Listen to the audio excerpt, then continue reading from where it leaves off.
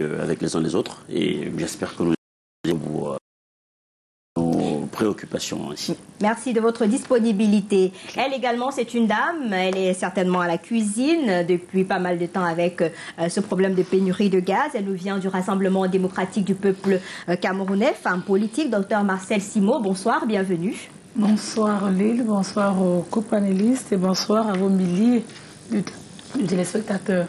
J'aurais voulu dire c'est un plaisir, mais malheureusement, permettez-moi d'agresser mes sincères condoléances à la famille du sénateur Madiba Sangué qui nous a quittés, je crois, hier à la Quintini. C'est douloureux pour sa famille nucléaire et je crois et également sa famille politique que nous sommes. D'accord, on aura l'occasion de revenir sur son riche parcours dans les éditions du 19h50 du Canada International. Lui, il est économiste, très habitué du débrief de l'actualité. C'est toujours avec beaucoup de plaisir qu'il répond à notre invitation. Le docteur Dalvaris Ngunju, bonsoir, bienvenue. Bonsoir Lille, bonsoir à tous les membres du panel, bonsoir aux millions de téléspectateurs de l'émission.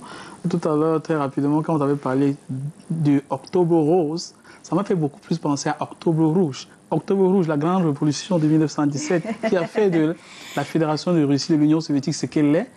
Et quelques temps après, ils ont créé l'un des sous-marins nucléaires les plus puissants, SNLE, sous-marin nucléaire lancé d'engin Octobre Rouge. La poursuite d'Octobre Rouge. C'est de l'énergie et on peut résoudre beaucoup de problèmes avec l'énergie nucléaire. Nous avons de l'uranium au Cameroun. Ça nous permet directement d'entrer dans la thématique du jour. Je commence par vous, Roland. Est-ce que vous avez constaté, en tant que femme, au foyer, cette pénurie de gaz? On a parlé de Douala, Yaoundé, Bafoussam et plusieurs autres villes du Cameroun. Dit que je n'ai pas constaté cette pénurie, je pense que c'est l'objet du débat de ce soir. La pénurie, elle est là. Elle est constatée dans toutes les grandes villes et même déjà, elle se fait ressentir dans l'arrière-pays. C'est peut-être ici l'occasion d'essayer de parcourir l'état des lieux de l'approvisionnement en gaz sur notre triangle national. Il faut relever quand même qu'au lendemain des émeutes de la faim de 2008, si je crois bien, on a le gouvernement a pris sur lui, et là il faut le féliciter, je peux dire de décongestionner ce secteur-là. Ils ont ouvert ce secteur à d'autres acteurs privés. Et on a vu, vous n'allez pas me démentir, on a vu une panoplie de marques sur le marché de distribution du gaz domestique. Et nous sommes passés à l'exclusivité parce qu'il y avait une seule marque qui avait l'exclusivité de la distribution, à plusieurs marques qui avaient l'exclusivité de la distribution. Je voudrais aussi relever que, en parlant de l'état des lieux, je me souviens en 2013, en novembre 2013, le chef de l'État s'était exprimé sur la question de l'énergie. Et il avait dit ceci: l'énergie est la reine de la bataille du développement et du progrès. Et il disait, en rajoutant dans sa déclaration, et cette bataille, nous allons la gagner. C'était en novembre 2013, parce que moins 10 ans après, nous avons toujours l'impression que cette bataille n'a pas encore pris corps pour que nous sortions nous allons progressivement vers le gain de cette bataille.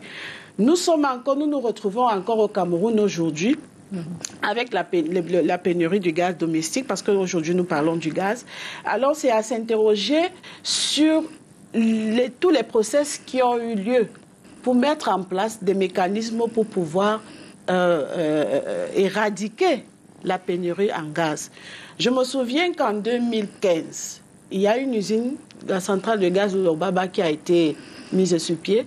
Et il avait même été dit lors de la communication que nous aurons sur le marché des bouteilles translucides qui permettraient à la ménagère de pouvoir contrôler la consommation de son gaz. Je ne sais pas si, moi je n'ai pas encore eu la chance de croiser ces bouteilles. Plus loin, nous avons eu la mise sur pied de la centrale de Bipaga vers le sud, Cameroun, qui a ravitaillé il y a quelques jours. Tout près de Kribi. Et alors, cette usine, moi je vais m'attarder sur cette usine qui, selon les statistiques et selon certaines déclarations, met sur le marché 30 000 tonnes de métriques de gaz. Et la consommation national au Cameroun oscille entre 1300 et 1400 tonnes de métriques. Alors, moi, la question qui me vient à l'esprit, c'est celle de savoir pourquoi au Cameroun on se retrouverait encore en 2022 avec des pénuries de gaz. Avant d'aller dans le fond de cette problématique-là, permettez-moi de demander à Francis Eyala quelle est l'ampleur de cette pénurie-là sur le terrain. Est-ce que c'est de façon nationale ou c'est localisé, vous qui êtes sur le terrain? Il faut dire que la pénurie touche de manière plus accrue les villes de Douala et de Yaoundé. Pour davantage, donc les villes de l'arrière-pays. Vous imaginez que si dans la ville de Douala et de Yaoundé, on peut avoir une bouteille de gaz à 8500, donc à l'état actuel des choses, ce que l'arrière-pays est totalement, j'ai envie de dire, pris en otage. Quand on sait que le gaz, le butane, il part des villes principales, notamment celle de Douala, qui est alimentée par le gaz venant de l'import, et l'arrière-pays, je parle du Grand Sud, donc Sud, Centre-Est, donc qui est davantage alimenté par le gaz qui est produit par, n'est-ce pas, la centrale de Bipaga. Mais il faudrait se poser une bonne question tout de même. Mais comment on fait pour avoir des pénuries, mais qu'en même temps il y ait des gens qui vous vendent du gaz. C'est-à-dire que quand vous venez demander une bouteille de gaz, on vous dit, bon, écoutez, il n'y a pas du gaz, mais si vous pouvez laisser vos 9000, on peut se battre pour vous trouver une bouteille de gaz. Nous avons envie de croire au Réseau national des consommateurs du Cameroun qu'il n'y a donc pas une pénurie de gaz. Il y a tout simplement ce que nous appelons une spéculation qui est voulue par un certain nombre de distributeurs et avec, se pourrait-il, la complicité de certains marketeurs qui veulent faire un passage en force d'une manière ou d'une autre, de manière à voir le gouvernement augmenter le prix du gaz parce qu'ils estiment que sur les besoins d'importer ce gaz, ils déboussent un peu plus déjà, au vu pas très souvent des conditions dans lesquelles ils arrivent à importer leurs produits, soit parce qu'il y a un manque de navires, soit parce que voilà, le coût à l'import a légèrement augmenté. Et nous ne pouvons pas l'accepter. Parce que, je vous le dis, Madame Lille, nos équipes, notamment la brigade de surveillance des marchés du Réseau national des consommateurs du Cameroun, fait le tour. Nous sommes sur le terrain. Et je peux vous dire que chaque fois que nous sommes arrivés à un point de vente, pour certains, on nous dit, il n'y a pas de butane. Première réponse. Deuxième réponse, quand on veut partir, on vous dit, bon, ben, laissez quand même 8500, si vous avez, bon, on peut vous trouver une bouteille de gaz. Et c'est fait après, on a une bouteille de gaz à 8500. C'est dire qu'il y a une volonté, selon vous. Il y a une volonté, mais il faut aller plus loin. Le marché n'est pas contrôlé. D'accord, ce volet-là va justement être évoqué, mais Dalvaris, on est dans une situation, on parle de pénurie, même si Francis Eyala nous dit que c'est une volonté de certains marketeurs de laisser la situation perdurer, sauf que ça concerne pratiquement toutes les grandes métropoles. Qu'est-ce qui peut bien justifier cette situation? Bon, premièrement, ce que mon panéliste, mon collègue d'en face dit n'est pas faux. Il y a plusieurs variables explicatives. L'une des variables, c'est justement qu'il y a des personnes qui entretiennent la spéculation, parce que la spéculation leur permettrait d'avoir, ou leur permet d'avoir un coût au-delà de ce qui est autorisé. Mais maintenant, cela n'est pas la seule variable explicative. Parce que, notamment, comme Honorable Mbok a dit un peu plus haut, l'État du Cameroun a pris les dispositions, il y a cela quelques années, a beaucoup investi dans le centre de production de Bipaga. Et juste que le centre de Bipaga ne couvre que 21% de production du Cameroun. Ce qui fait que nous avons encore près de 80% qui ne sont pas couverts. Maintenant, comment on fait pour couvrir les 80% restants? Les 80% restants, on les fait venir de l'étranger par le biais de certains nombres de marketeurs. Et juste que la conjoncture économique internationale aujourd'hui veut que le coût du gaz sur le plan international a augmenté. Nous sommes à 197%. Jusqu'à avant-hier, c'était 197%. C'est-à-dire que l'État du Cameroun, avant les événements du plus grand producteur, l'un des plus grands producteurs mondiaux, qui est la Russie, a fait son budget avec un montant. Il savait que le montant va du simple au double. ça devient extrêmement difficile parce qu'il faut importer cela avec des devises. Et au-delà de cela, ce qui ne passe pas inaperçu, c'est qu'au Cameroun, nous sommes dans une politique de subvention. L'État apporte un apport pour que le coût du gaz puisse être abordable au niveau des populations. Une bouteille de gaz, le coût de revient sans bénéfice, c'est autour de 13 000. Pour que nous puissions avoir cela à 6 500, l'État du Cameroun... 6 777 francs CFA, ça c'est le prix présenté par l'État du Cameroun après la subvention. Non. Le prix normalement, c'est 13 000. Oui, je dis avec la subvention de l'État. Non, l'État apporte 6 777. Donc, c'est ce que l'État apporte en surplus. Ça veut dire que si l'État ne mettait pas sa subvention, ce que c'était 13 000. Très bien. Et maintenant, très bien. Justement, dans un contexte comme celui-là, ça devient très difficile. Rien que pour cette année, rien que pour le gaz, l'État subventionne pour 70 milliards. Et étant donné que nous importons presque 80% sur le plan international, on paye cela en devises. Où est-ce qu'on prend les devises? Ça, c'est un problème. Ça veut dire qu'en fait, quel que soit ce que les gars font au niveau de la spéculation, s'il y a 80% que nous allons faire venir de l'étranger, ça fait problème. Ça fera encore plus problème parce que hier, si vous avez suivi depuis un certain nombre de jours, en Chine, il y a le congrès du Parti communiste. Tout à fait. Et le président chinois, il a fait son discours quand il est entre le président Xi Jinping. Il trace les grandes lignes. Face au grand combat que les Occidentaux veulent contre la Chine va se refermer sur elle-même. Or, tout le monde sait que dans les conflits qui opposent les puissances occidentales à la Fédération de Russie, les puissances occidentales ont imposé un certain nombre de sanctions à la Fédération de Russie, disant qu'elles vont moins importer le gaz russe. Juste que le gaz russe est exporté vers la Chine et que les puissances occidentales partent acheter ça de la Chine en GNL. Mais hier, le président Xi Jinping dit que à partir de la semaine prochaine, ils mettent le GNL sur le marché, le gaz naturel liquéfié. Or, nous avons le GNL au Cameroun. Juste que le gaz que nous produisons justement à Kribi est exploité par Gazprom, le russe, le numéro 1 mondial, et l'entièreté, une bonne partie de cela est exportée vers les marchés asiatiques. Un des grands commerçants des produits gaziers du monde entier est soumis à des sanctions, c'est-à-dire l'offre ne peut plus aller sur le marché, ça crée une certaine pénurie. Ça, c'est d'un. Une des personnes qui approvisionne sur le marché, qui achète chez son allié russe, notamment le chinois, a dit hier qu'il ne va plus approvisionner le marché parce qu'il a un besoin interne. Ce sont les éléments qui ont un impact considérable sur le prix. Maintenant, quand on regarde ces deux variables qui sont en amont, à l'intérieur, la difficulté que nous avons, c'est qu'une des difficultés, justement, il y a les gars qui entretiennent la spéculation, mais au-delà, il n'y a que nos capacités de production sur le plan national pour le gaz domestique extrêmement limitées. Mais maintenant, moi, je pense que c'est beaucoup plus paradoxal parce que nous sommes une nation exportatrice de gaz. C'est impossible. Qu'est-ce qui s'est passé pour qu'on exporte le gaz et que nous ne produisons pas le gaz?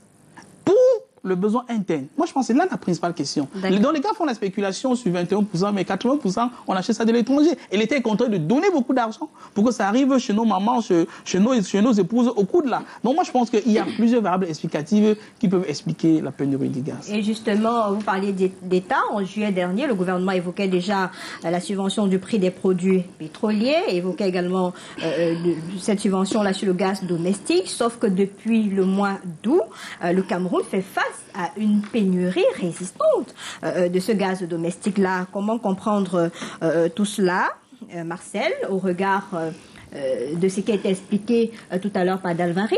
Mais aujourd'hui, on est toujours dans les mêmes situations. On a l'impression que ça ne marche pas. Oui, on ne va pas dire que ça ne marche pas. Heureusement, mes prédécesseurs ont planté le décor. Mais je ne sais pas pourquoi vous insistez avec le concept de pénurie, parce qu'en réalité, au Cameroun, il y a simplement un problème de rareté de gaz. Il a très bien dit, le gaz au Cameroun est exploité, est produit à 21% et pratiquement 80% est acheté ailleurs. Et j'ai bien envie de vous dire que dans la zone CEMAC, actuellement, nous parlons, le gaz, il est là. Simplement qu'il n'est pas transmis sur le marché, il n'est pas au niveau du marché, simplement parce que les procédures de ravitaillement ont subi de légères modifications. On a un trader qui nous donne du gaz, qui est là, qui hier prenait en CFA. Mais pourquoi aujourd'hui il décide de les prendre uniquement en devises? Voilà la question qu'il faut se poser. Parce qu'on vous dit pénurie de gaz, mais si vous faites les tours dans des espaces de vente de gaz, vous trouveriez du gaz. Je n'ai pas envie de vous raconter cette petite scène que j'ai vécue il n'y a pas cela 2 jours au niveau de Bokom, parce qu'il faut le décrier, de Bokom Makepe Misoke, où une dame il y a un couple qui vend pratiquement du gaz à 10 000 francs. Et on est, s'il vous plaît, elle le vend à 10 000 et on est aligné. Mais malheureusement pour elle, ce jour, il y avait dans les rangs des responsables du commerce, des hommes en tenue, mais de manière en civil. Et au finish, à l'instant où je vous parle là, elle est en cellule avec son mari. Et des personnes qui avaient déjà donné leurs 10 000 francs, on se sont vus rembourser de 4 000 francs. Donc malheureusement, il y a ces commerçants véreux là qu'il faut également souligner, qui essayent de profiter de la situation, disent-ils, toi pratiquement augmenté, pourquoi nous aussi nous n'augmenterions pas? Voilà le véritable problème. Mais rassurons-nous que l'État du Cameroun, je crois, avec la petite information que j'ai cherché à avoir, est en train de pallier, parce que le véritable problème se situe au fait que produisant ou alors exportant 80% de gaz, malheureusement, on l'avait, j'ai pas envie de dire, laissé entre les mains d'un seul prédaire.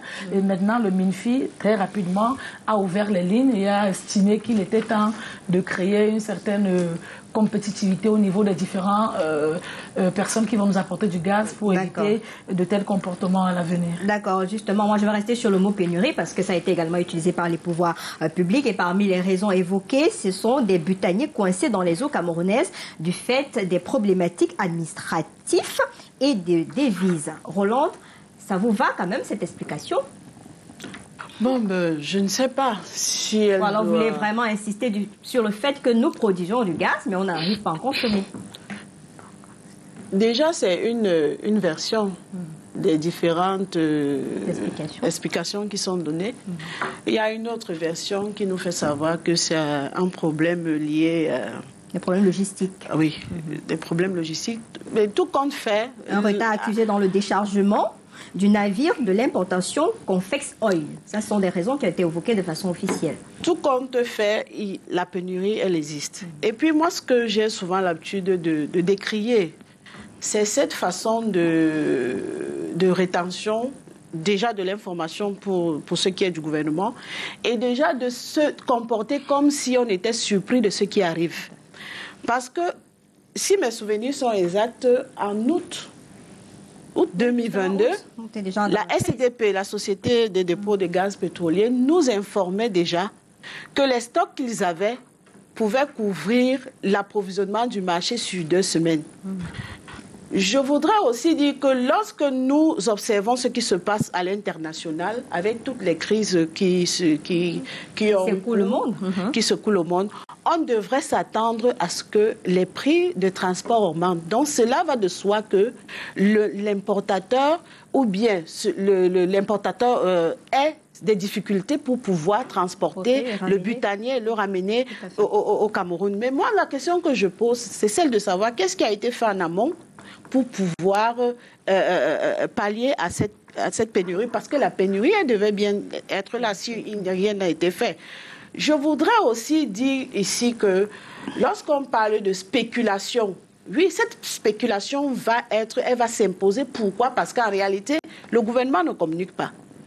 Moi, j'ai pris la peine de parcourir quelques points de vente. Moi, peut-être, je n'ai pas eu la chance de trouver un vendeur à 10 000 ou à 14 000 ou à 8 000 francs. Hein, il faut assurer. Alors, mais là où je suis arrivée, moi, quand j'interrogeais les commerçants, ils me disaient, chacun donnait sa version. Cela voudrait montrer qu'ils ne maîtrisent même pas ce qui se passe. C'est-à-dire qu'ils se basent sur ce qui se dit, peut-être dans les différents débats que nous avons, peut-être dans ce qui se dit dans les bars, sur les réseaux sociaux et dans les bars. Personne ne connaît vraiment ce qui se passe. Alors, moi, j'ai toujours eu à décrire cela parce que l'un des droits dans les principes directeurs édictés par les Nations Unies sur la protection du consommateur, c'est le droit à l'information. Le consommateur doit savoir pourquoi est-ce qu'il n'a pas de gaz. C'est clair. Et qu'est-ce que le gouvernement fait pour pouvoir résoudre ce problème. Là, c'est un droit. Ce n'est pas on n'est pas en train de faire une sorte comment je vais dire ça, on n'est pas en train de supplier quoi que ce soit, c'est un droit et le gouvernement doit communiquer. Ça se passe dans d'autres États sérieux. Bien de parler Maintenant, je voudrais aussi revenir sur un aspect, celui de l'import-substitution. Le docteur l'a si bien étalé tout à l'heure en précisant un certain nombre d'incongruités et de complexités dans ce qui est sur le gaz que nous produisons. Si aujourd'hui on parlait d'import-substitution, c'est-à-dire que limiter les importations en mettant les moyens localement pour pouvoir consommer ce que nous produisons. Alors moi, j'ai envie de poser la question de savoir, est-ce qu'on avance ou on régresse? Parce qu'il faudrait qu'on nous situe exactement où est-ce qu'on est dans cette évolution d'import-substitution. Nous sommes déjà rendus à 2 ans. Et aujourd'hui, on se retrouve avec une pénurie de gaz. Et nous ne savons pas jusqu'où elle va aller parce que, jusqu'à présent, la situation nous spéculons, personne ne sait jusqu'à est-ce qu'elle va terminer. J'ai suivi, le docteur dit tantôt que le ministre des Finances, et j'ai cru lire une sortie du ministère du Commerce qui disait qu'ils étaient en train de résoudre le problème. Justement, mais comment la situation devait revenir à la normale le 16 octobre. Nous sommes le 17 octobre. Justement, merci. C'est ce que j'allais dire. Elle va redevenir à la normale quand? Puisqu'aujourd'hui, on va de mal en pire. Moi, je me balade avec ma bouteille de gaz dans mon véhicule, dans l'espoir que je peux croiser, même à 8 000 francs quelque part. Mais sauf que nous rions aujourd'hui, mais c'est pas rien.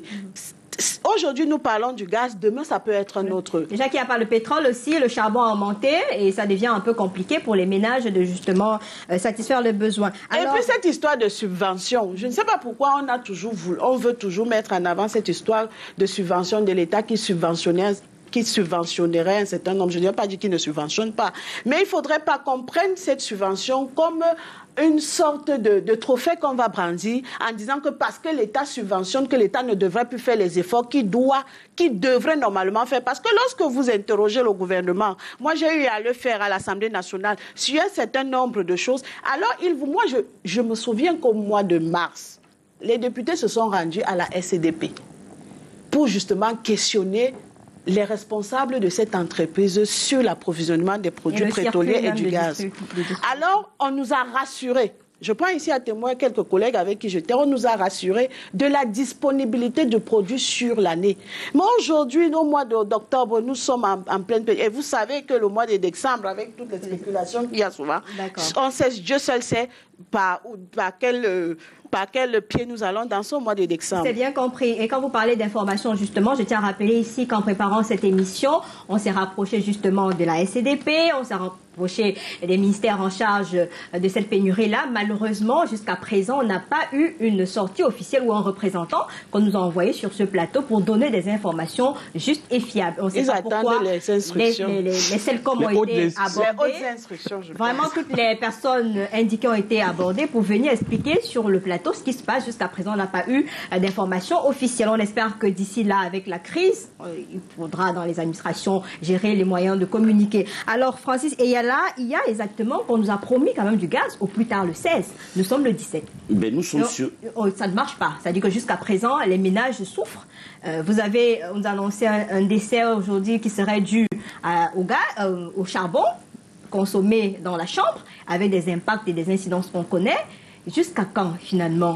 Mais l'île, nous sommes sur le terrain. L'Organisation nationale des consommateurs est sur le terrain et je peux vous dire que nous sommes, nous aussi, bien plus surpris que vous de savoir que la date butoir du 16 a été dépassée et que la situation ne soit pas revenue à la normale.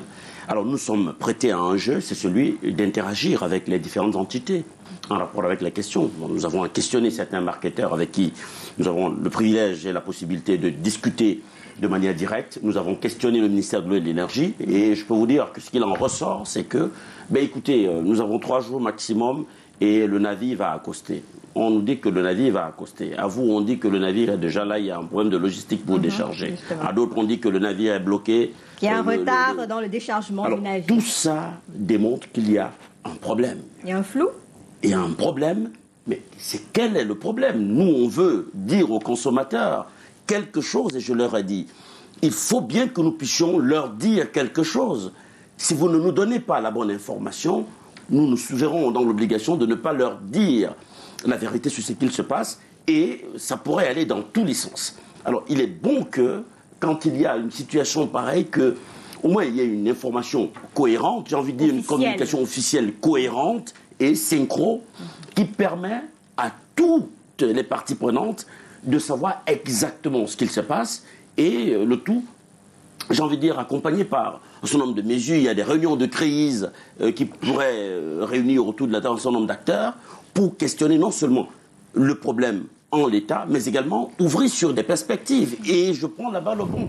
Quand le docteur à l'entame de son propos, parle de la révolution du nucléaire avec Octobre Rouge de la Russie. Je voudrais te dire que la crise que nous vivons aujourd'hui, mais également la crise sanitaire qui est passée quelque temps avant, ces deux éléments nous ont permis de bien comprendre comment va le monde et de comprendre que si nous ne nous mettons pas assidûment sur une démarche de changement de paradigme en allant droit vers une exploitation massive et assez sérieuse de nos richesses, mais nous serons tout le temps en train d'être, j'ai envie de dire... emballés. Mais c'est tout le cas. Il est important en 2022 que le Cameroun, qui est un pays... Mais attendez, écoutez-moi ça. Un pays qui exporte le gaz, Dieu du ciel, ne puisse pas consommer son propre gaz. Ou alors qu'il le consomme à 21%. C'est incroyable. Donc il est temps plus que jamais que les choses se mettent en place. Et je voudrais, avec votre permission, ici inviter les différentes parties prenantes. Nous sommes sur le terrain. Je vous assure que la situation est vraiment assez sérieuse. Nous interagissons avec tout le monde, avec les services de sécurité, avec les services connexes, et il va même jusqu'à ressortir que certains cadres des ministères concernés sont eux-mêmes des potiers de gaz. Ils en ont et ils gardent eux-mêmes et font la spéculation. Ce matin, Tradex a reçu dans certaines de ces stations 100 bouteilles de gaz seulement. Mais à peine déposées à 6 heures, je vous assure qu'à 8 heures, il n'y avait plus rien du tout. Même au Carrefour. C'est pour vous dire que nous avons les éléments factuels de terrain. Et quand nous donnons l'information, nous la donnons parce que c'est la réalité sur le terrain. D'accord. D'Alvarez, il n'y a que les populations souffrent. Les ménages souffrent, les petites et moyennes entreprises souffrent. C'est compliqué de gérer le quotidien. On a déjà la conjoncture économique, ça ne va pas. Mais pour s'approvisionner, même en gaz, ça devient compliqué. C'est-à-dire que des charges supplémentaires chaque jour qui passe. On aimerait savoir pourquoi est-ce que le Cameroun n'a pas répondu à cette mutualisation des forces, des énergies, telle que lancée par la Guinée équatoriale, pour qu'on puisse véritablement exploiter notre gaz sur place et servir la sous-région, pour qu'on se retrouve véritablement à avoir du gaz et qu'on libère les autres, mais chez nous-mêmes, on se retrouve dans la galère. Justement, pour répondre à votre question, vous vous rappelez bien le scandale Glencore? Oui, bien justement, sûr. Glencore, oui. Des Camerounais estiment que ils signent des accords secrets avec une multinationale pour se mettre beaucoup de milliards dans la poche au détriment du Cameroun. Incroyable. Ça, c'est une variable explicative. Ça veut dire qu'il y a des gens qui travaillent au détriment de la nation, mais pour avoir des comptes dans les offshore. Maintenant, pour moi, je pense que ce soit le GNL, que ce soit n'importe quel type de gaz, ce sont des variables qui vont finir.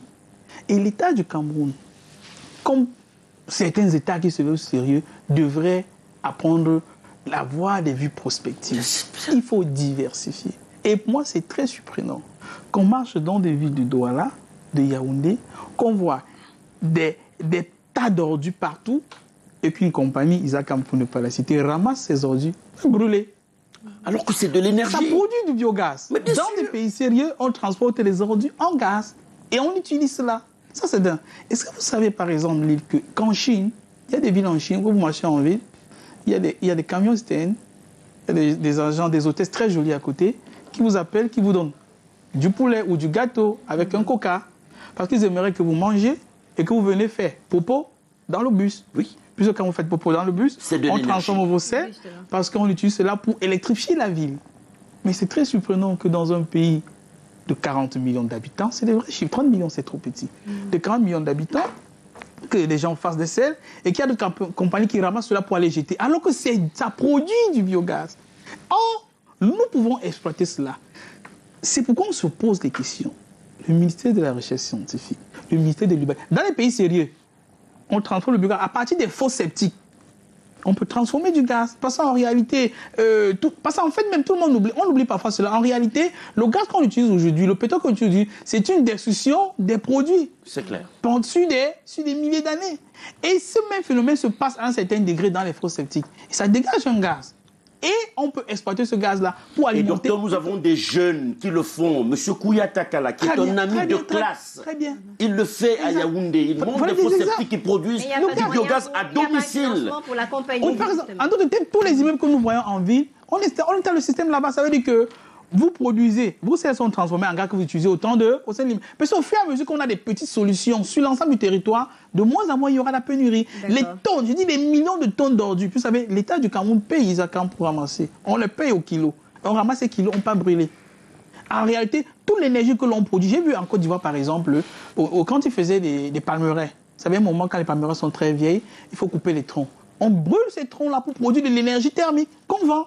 C'est pratiquement le même principe. Je vais dire que oui, il y a une possibilité. Même le GNL que nous utilisons, tôt ou tard, ça va finir. Oui. Mais on peut diversifier que les déchets que nous produisons aujourd'hui puissent être transformés en énergie, notamment en biogaz, qu'on revend à la population. D'accord. Marcel, depuis l'alerte, parce que ce n'est pas aujourd'hui qu'on se retrouve dans ces situations-là, on a l'impression que le gouvernement n'a pas envie de remédier à cette situation-là. C'est-à-dire que vous avez des cris, que ce soit sur les réseaux sociaux, sur les médias, sur le plan local, international, mais on a l'impression que jusqu'ici, vous criez, ça vous regarde là-bas. Nous, ici à Yaoundé, on continue d'avancer.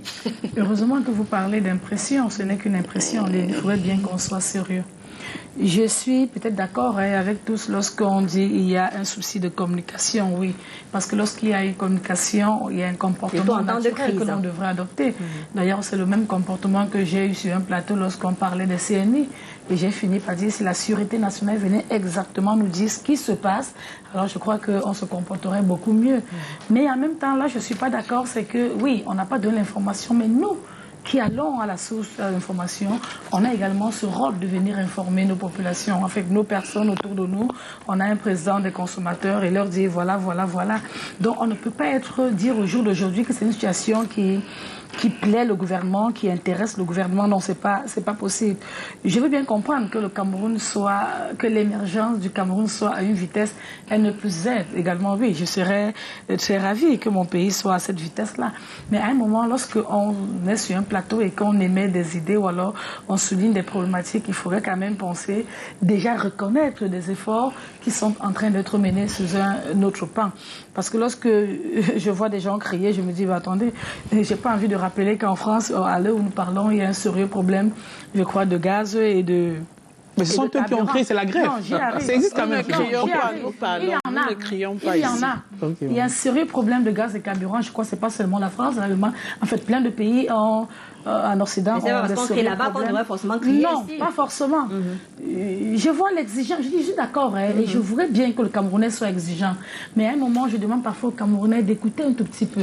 On nous a donné un délai du 7. On parle du transport. Mais Madame, on ne peut pas écouter une incohérence. Je vous dis que nous avons fait plusieurs entités. Nous avons touché les marketeurs. C'est un président qui vous parle. Je suis un homme de terrain avec mes équipes. Nous avons une brigade de surveillance des marchés dans 180 communes. Nous sommes sur le terrain. Oui. Et je vous dis, s'il vous plaît, et je voudrais vous faire observer que, entre le discours que vous tenez et celui que chacun de vous a donné ici sur les éléments de la non-disponibilité, la raison de la non-disponibilité du gaz, vous comprenez bien qu'il y a des sons qui ne sont... Il n'y a pas d'accordance. On a compris. Il n'y a pas d'accordance. C'est compris. Vous pouvez continuer, mais ne soutenez pas. Ne dites pas aux Camerounais de comprendre. Ils ne peuvent pas comprendre quand la communication officielle n'y est pas. Vous pouvez vous calmer, on a compris votre position. Laissez Marcel répondre. Après, vous allez revenir. Merci. Allez-y. Donc, je disais, nous sommes dans une problématique où on va vers l'information. On n'a pas reçu l'information de manière officielle comme on le voudrait. Moi, je pense que nous avons également le rôle, et un président de consommateur, d'informer ces populations et non de les exciter. D'acheter le gaz à 8. Nous n'excitons personne. Et s'il vous plaît, retirez votre mot. Nous n'excitons personne. Nous sommes en train de dire que nous voulons... Chacun donne les informations. Non, quand vous dites inciter, là, ça vous donne des éléments de nos... Non, ça prête à confusion. Ça prête à confusion, justement. S'il vous plaît. Oui, que je termine. Oui, mais il faut choisir les mots pour éviter de prêter à confusion. Oui, allez-y. Je suis en train de dire, le gaz, actuellement, il est présent.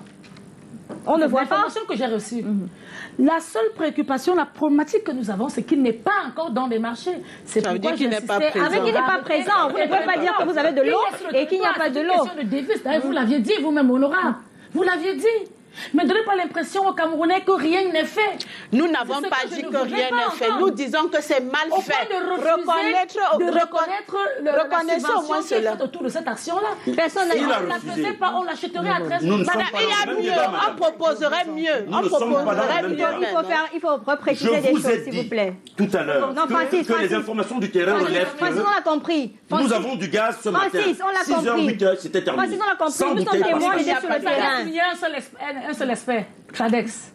Non, il y a plusieurs personnes. On ne va pas citer tout le monde ici sur ce Je vais plateau. aller plus Oui, loin. pour terminer, Je oui. suis en train de vous terminer en disant, je suis d'accord qu'il y a un sérieux problème de communication. Je On a suis d'accord compris, là-dessus. oui, on a compris. Mais je dis, il faudrait qu'on tienne en compte les paramètres que nous avons. J'aurais bien aimé le discours du docteur qui nous dit, oui, 21% au jour d'aujourd'hui, il faudrait qu'on commence à trouver des stratégies pour améliorer ce pourcentage. C'est d'ailleurs pour la raison pour laquelle, lorsqu'on s'apitoie uniquement sur pourquoi est-ce que le Cameroun aujourd'hui ne fait que... Mais il faut bien poser un diagnostic pour pouvoir il faut trouver bien- des solutions. Justement, on l'a dit. Mais pendant que le Cameroun serait en train de trouver des stratégies pour améliorer les 21%, rassurez-vous, il continuera à acheter du gaz. D'accord, c'est Et bien c'est ce compris. que le MINFI a fait. Il a ouvert des ventes davantage pour ne plus avoir un seul trader sur la main. C'est déjà une, j'ai pas envie de dire tentative de solution allouée. Ça, il faut le Ça, c'est reconnaître. compris. Alors Sauf que justement, il y a cette ouverture-là. Aujourd'hui, il n'y a pas qu'une seule marque qui n'est pas disponible sur le marché. Il y a plusieurs marques qui ne sont pas disponibles sur le terrain. Pour amorcer la dernière partie de ce programme, comment faire, Roland, pour éviter, sortir de ces pénuries cycliques-là, finalement? Alors, pour sortir de cette pénurie cyclique-là, moi, je vais parler en tant que femme politique et ce que nous offrons. Et en tant que député aussi de la nation. Ce que nous offrons aux Camerounais. Alors, le docteur a si bien mentionné un certain nombre de niches. C'est-à-dire, on a nos ordures, on a les sels et tout. On a un certain nombre de choses qui peuvent être... Et le président l'a si bien dit, il a même cité quelqu'un qui fait dans ça. Il est question, pour nous au PCRN, d'essayer de décentraliser la production de l'énergie, du gaz. Si, au niveau de nos collectivités territoriales décentralisées, des mini-unités sont produites pour pouvoir satisfaire le besoin local qui se pose dans les différentes communes, je pense qu'on sortirait de ce flou et de ces discussions ou de ce bavardage. Tout à l'heure, madame, le docteur disait que nous crions. Non, nous ne crions pas, madame. C'est un Nous débat. exprimons. Tout à fait. Nous nous exprimons. Et là, je vous dis, vous parlez de cris. Pourquoi? Parce que vous n'avez pas encore eu devant vous certaines situations dont vivent les populations. Moi, j'ai la chance de parcourir le Cameroun et de comprendre et de connaître et de comprendre les problèmes des Camerounais. C'est pourquoi nous nous exprimons ainsi. Donc, je disais donc tantôt que lorsque nous allons mettre sur pied, c'est-à-dire que si le gouvernement aujourd'hui, et lorsqu'on parle même de l'impôt-substitution que nous avons applaudi avec les deux mains, mettre en place des unités qui transforment nos déchets en gaz pour pouvoir les mettre à la disposition des consommateurs. Nous sortirons de ces exemples. En France, on a la grève, en ceci. Non, on sortirait de là. Nous, sont des stratégies qui sont mises sur pied. D'ailleurs, il vous l'a dit. Les stratégies qui sont sur ce projet-là. À l'instant, vous parlez de projet. Non, vous parlez de projet. Justement, ils ont demandé les financements. C'est un processus. Le processus depuis 40 ans. Un processus mis en place depuis 40 ans. Marcel. C'est tout un processus. Tout ce qu'il faut. Tout ce qu'il faut avec l'impôt-substitution depuis 2020. Si on avait pris ce problème à bras le corps depuis 2020, le gouvernement ferait quoi? Il financerait ces petits promoteurs et les accompagnerait à produire. On sera aujourd'hui, 2 ans après, peut-être en train d'évaluer le processus de production du gaz ou alors en train d'encourager ou bien de corriger les failles qu'on pourrait trouver dans le processus de production de gaz. C'est de ça qu'il est question. Je ne suis pas en train de parler de projets parce que les projets au Cameroun, ils sont légion. Nous connaissons les projets, comment ils évoluent au Cameroun. D'ailleurs, ces mêmes personnes citées là sont venues ici là demander les financements. Ils attendent encore des financements pour pouvoir expérimenter tout ce qui se passe, tous les projets qui sont dans les valises. Oui. Et je voudrais aussi préciser que lorsque le président de la République est venu inaugurer l'usine de l'Urbaba d'Opassi. Mais qu'est-ce que le ministre, à l'époque, c'était le ministre Atanakuna, nous avait dit? Il nous avait présenté cette usine comme un géant. un géant blanc qui devait résoudre les problèmes d'énergie au Cameroun. Et j'ai cité ici, lorsqu'on commençait cette émission, la phrase du président de la République. Et c'est pourquoi je continue à décrier que les gens se mettent à donner au président des discours qui sont tellement utopiques, décollés de la réalité, qu'aujourd'hui, 10 ans après, l'on a dit qu'on devait vaincre, qu'on devait combattre un mal, qu'aujourd'hui nous soyons encore à discuter de ce... Et je voudrais rajouter de l'eau à votre moulin. Oui, permettez-moi de vous relancer, justement. Permettez-moi de vous relancer. La situation est là. Vous êtes le président de l'association des consommateurs. Il y a les cris de vos consommateurs. Est-ce que vous avez des propositions au niveau des pouvoirs publics pour qu'on sorte définitivement quand même en 2022. On ne peut pas avoir de problème d'eau, d'électricité, de gaz. Vraiment, c'est le b.a.-ba d'un pays. Lille, je voudrais vous faire observer que Marcel est un tout petit peu en retard. Il y a 20 ans, je dis bien 20 ans, en 2012, une structure qu'on appelle ASA Afrigaz, qui avait choisi de décentraliser le gaz et d'installer dans chaque Il prenait même en kilos. une unité dans laquelle on trouvait des cuves et où vous veniez acheter votre gaz en kilos. C'est vrai. Il a commencé à disposer, à occuper le territoire et très rapidement, on lui a sommé d'arrêter. Il est sorti du marché aujourd'hui. Je ne sais pas où est passé son gaz, je ne sais pas ce qu'il en fait. Il fait en butane maintenant. Mais en réalité, c'était une innovation incroyable. Avec 300 francs, vous aviez votre 1 ou 2 kilos de gaz et vous pouviez l'exploiter sans avoir... donc pour dire que les KLB arrivent en retard, c'est un vieux projet que des gens ont fait et qui a marché. Et parce qu'ils ont compris que les Camerounais vivent... Le Camerounais, en réalité, il vit de quoi? Il vit au quotidien. Ça dit qu'aujourd'hui, je gagne 100 francs, je gère mes 100 francs. Demain, si j'ai 200, je gère. Il y a des Camerounais qui ne peuvent même pas acheter une bouteille de gaz. Il y a des ménages au Cameroun qui ne peuvent même pas acheter une bouteille de gaz.